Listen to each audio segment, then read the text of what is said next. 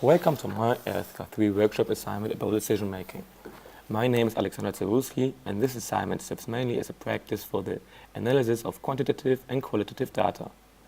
The presentation is structured as follows. First, a short introduction will give a brief overview about the topic of the research and the research questions, followed by a literature review and the methodology. Then the findings will be presented, and finally the presentation will end with a short conclusion and the references which had been used during the research. First of all, the topic was about decision-making of business students in regards to the three given research questions. The first research question is there a gender difference regarding business students' decision-making styles, namely rational, dependent, intuitive, spontaneous, and avoidant? This research question and the second research question are linked to a quantitative research approach, whereas the third research question will be answered with the aid of a qualitative analysis. The second research question is there a relationship between business students' decision-making styles and their business experience?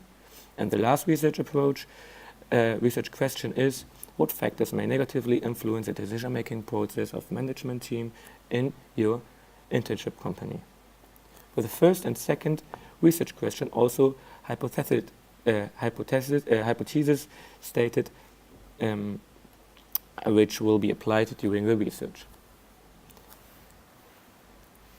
The literature review includes 5 scientific articles. The first article, Decision-Making Style, the Development Assessment of a New Measure, from Scott and Bruce, identified the 5 decision-making styles: rational, dependent, intuitive, spontaneous, avoidant, and formed spontaneously the GDMS instrument. Furthermore, all decision-making styles were supported in the following articles. The second article, The Psychometric Evolution of a General Decision-Making Style Inventory, from Robert Liu, stated that there is no significant difference in gender among management undergraduates. However, a difference in age was examined. Further, the third article from David Spicer and Eugene Sadler-Smith, an examination of the General Decision-Making Style Questionnaire in 2 UK samples.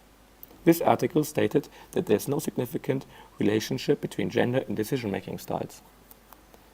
The fourth article, Decision-Making Styles, Stress and Gender Among Investigators, by Ilka Salo and Carl Martin Elwood, is a bit different than the others because all publications collected their data from business students, except this one. This data has been collected from a Swedish police office. The last article, Variations in Decision-Making Profiles by Age and Gender, a cluster analytical approach by Rebecca Delaney, Jonel Stroh, Mandu M. Parker, and Wendy Boone de Bruyne, identified that age is affecting decision-making styles. Furthermore, there is no significant gender difference. However, females tend to use intuitive styles more often, whereas men tend to act in a more impulsive and risky style. To conclude the literature review, all these articles support the hypothesis that there is no connection between gender and the adapted decision-making style. Nevertheless, 2 articles out of the 5 identified that there might be some slight differences. When it comes to the age and experience and the adapted decision-making style, 2 out of the 5 articles stated that there might be some differences when looking at age and work experience. Even though the first article from Scott and Bruce is from 1995, it has been supported and used from other sources. Because of that, we can assume that this source is still reliable. When it comes to the methodology, it is important to mention first that Founder's research onion has been used. First, the research philosophy is based on the pragmatism approach due to the fact that the research project includes qualitative and quantitative research. Secondly, the sample has been identified, which includes on the one hand a survey which has been answered by 142 business students, and on the other hand, for the qualitative approach, 2 interviewees. The sample technique for the survey was convenience sampling, and in regards to the interviews, the purposive sampling has been used. The instrument for the research is a multi-max method due to the usage of the survey in combination with the semi-structured interviews. When it comes to the last approach of Founder's research onion, the data analysis, it can be said that 2 main tools had been used to collect the data. First, the survey data had been analyzed through SPSS, and the interviews had been used to code the outcome of the interviews. For the validity, the interviews had been sent back to the interviews in order to check again if all information are correct and if they agree with the statement. In regards to the reliability, the Cronberg alpha proved that all data is above 0.65.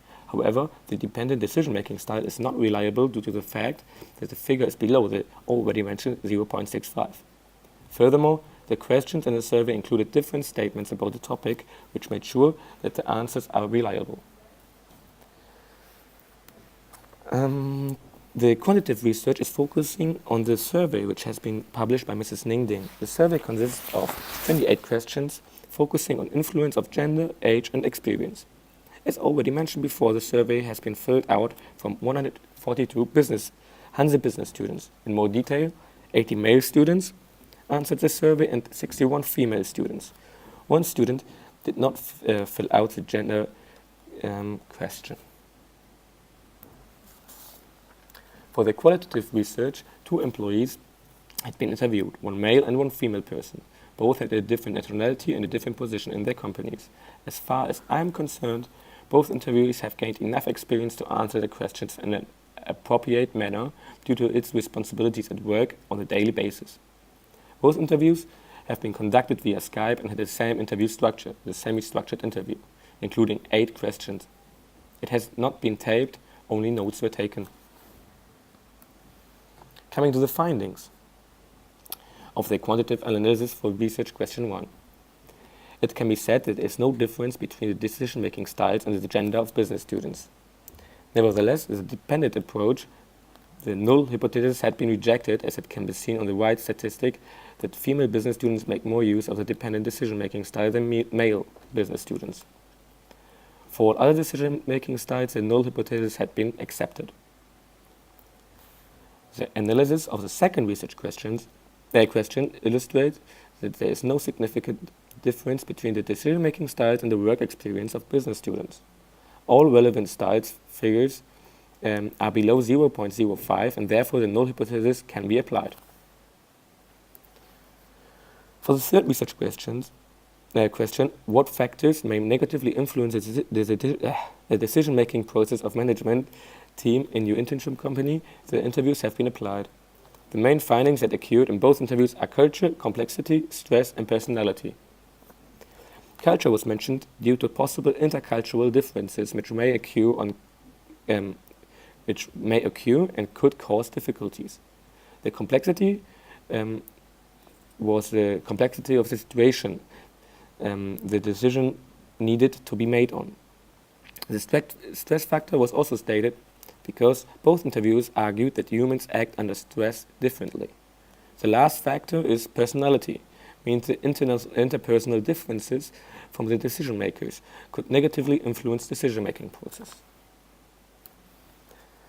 Coming to the conclusion, it can be said that the primary and secondary research supported each other. There's no significant difference when it comes to the gender and decision-making styles, except that women tend to make more often usage of the dependent decision style. Focusing on the second research question, there is a difference between the primary research which has been conducted and the primary research. The primary research states that there is no difference between decision-making styles and the work experience of business students, while the secondary research stated that there is a difference. A reason for that could be the fact that the survey was filled by business students without much work experience. Regarding the third research question, it can be said that the following factors have been used and stressed from both interviews to the question what factors may negatively influence the decision-making process: culture, complexity, stress, and personality. The limitations: only 19 participants of the survey have business experience, and the second limitation is no validity and reliability due to lack of interviews. Thank you for your attention.